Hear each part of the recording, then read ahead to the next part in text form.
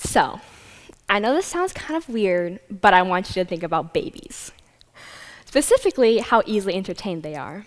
I mean, when I went to my cousin's first birthday party, as soon as I entered the door, she was screaming, crying, kicking, yelling, being a baby.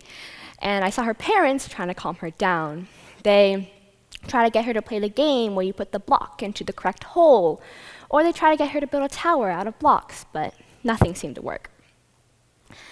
However, as the night went on, I noticed that there was no more screaming, crying, kicking, yelling, and I went to go look at her, and turns out someone had given her a toy spatula. This simple little toy managed to keep her quiet for the rest of the night. And really, if you think about any kid, not just babies, they're so easily entertained. You can give them a simple toy and they can create this whole world of creation and imagination in their head, yet as adults, it seems as though we have to rely on our phones or something bright around us to keep us entertained. I am a teenager, but this is a real screen time report I had in 2020 because there was nothing I could figure out to entertain myself except for my phone. And I think this is because that we stopped trying to cultivate our creativity. We no longer play with blocks and trucks to create a world of fantasy in our head, but instead rely on manuals to tell us where to put each individual block of our playsets. Creativity is an essential skill of our lives. It's something we don't realize is as important to us as it is, and it's something that we don't realize is as fun and easy to reintegrate back into our lives. So, this problem came to me one day when I realized I sucked at two things. One was writing, and two, enjoying life. And so I came to my friend about this. I was like, hey, I need some help, And so the consensus we came to was enjoying life, that was for after high school. But, for writing, I could do a fun writing challenge. I would write every single day. It didn't matter what it was, it didn't matter how many words it was, all that had to be was creative and not for school. So I did this for several months, and I came to realize that while my writing did get better, the intricacies of creativity that I found were way more fascinating. First and foremost, creativity is a skill. When I first started writing, I would spend up to an hour just trying to get 50 words down on a page. And when I reread it, it wasn't even good writing. But as time passed, I realized that my writing did improve, but also my ideas were more unique. I came home and I wanted to write about multiple ideas. And we look at creative people all around the world, and we see musicians, artists, composers, writers, and oftentimes they're viewed as creative geniuses, something unattainable. Artists like Olivia Rodrigo and Taylor Swift, they're known for their creative songwriting, but yet both of them have consistently proven that their creativity is more of a product of their hard work than just talent or luck. In the Teen Vote article, it states that in 2020, Rodrigo wrote a song every day for the first 4 months of quarantine. It was deliberate practice. Through this, she published many, many songs, some of which she released on Instagram, and many she would later develop to make it on her record-breaking album, Sour. Taylor Swift would go on to quote in a Vogue interview that creativity is getting inspiration and having that lightning bolt idea moment and having the hard work ethic to sit down at a desk and write it down. While both of these artists have undeniable talent, they both aim to foster the idea that creativity is more about just trying. Creativity is a trainable skill. It's something that if they work out every single day, it's bound to get better. And back to my writing example, when I first started writing, I didn't just keep track of how long it took and how many words, but also where I was getting my ideas from and how difficult it was to write.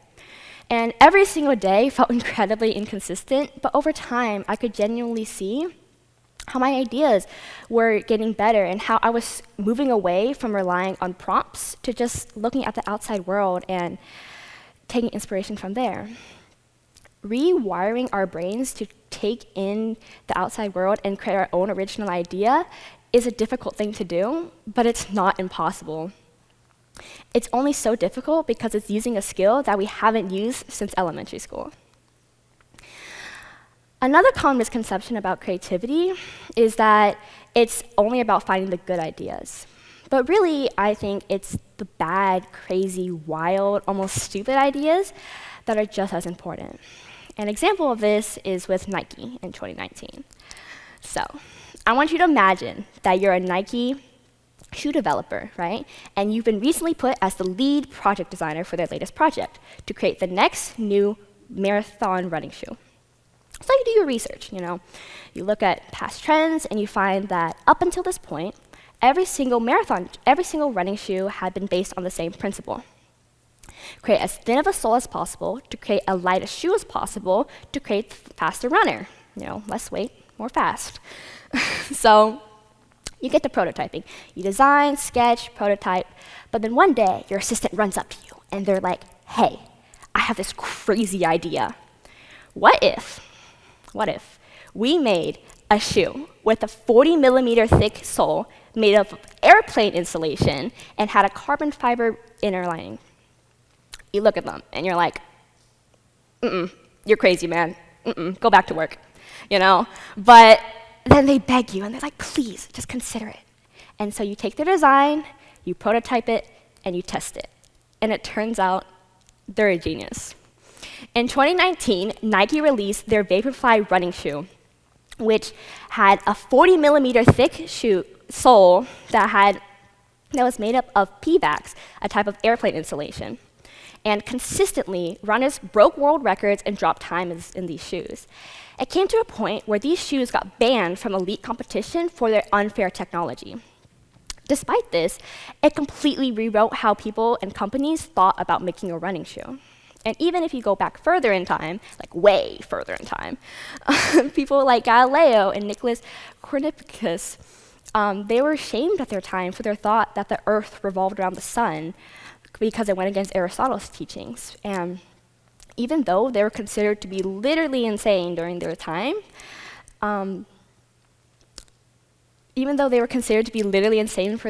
they helped plant the seeds of science as we know it today. And finally, my last point is that what I believe is the most important part of creativity is that it genuinely just makes life more fun to be in. To be able to look at the world with childlike eyes, it's an aspect of life that we're missing because we're constantly swamped with work and school and maintaining relationships that it's often easy to get lost in the busy of life. But with a little creativity, it can be a little more fun. So I would like to introduce you to what I consider to be the most boring part of my day, my AP US History class. Now, don't get me wrong, I absolutely love my teacher. But learning about colonization, the Civil War, the Gilded Age, learning about who was the first European to set foot in modern-day New York isn't exactly the type of thing that's going to keep me awake at 7:20 in the morning. But a couple months into my writing challenge, I came to realize that I had more interest in APUSH. As my teacher talked about Jamestown, I would think about what if China or Japan colonized the United States instead of Europe? This rabbit hole for thought would lead me down a long train of thought that would lead me to write an 1,000-word essay that relates back to themes of Asian hate and racism. I began to wonder, with the phrase, never meet your heroes, what if presidents like FDR or Lincoln came back into the 21st century, and how would people react to them? And it goes even beyond the classroom, You can look outside and see the swirls in the buildings, and instead of just being bored by the constant architecture, you can see those swirls to be dragons that breathe fire into the sky. Instead of being bored on a long drive across the country, you can look outside and start to wonder, what is it like to live in the countryside? Or who's that person driving next to me that's been following me for the last 50 miles? Are they going to the same place I am? And really, creativity at the end of the day is just so important to us. And I know it's incredibly difficult for a lot of people to find time of the day to sit. A lot of people don't have the time and availability in their lives to just sit down and dedicate their lives or part of their life to creativity. But really, it's just about a change of perspective. So I ask of you this. Take away a little bit of that logic, a little bit of that rationale, a little bit of that reasoning, and replace it with a little bit of fun, a little bit of imagination, a little bit of creativity. Thank you.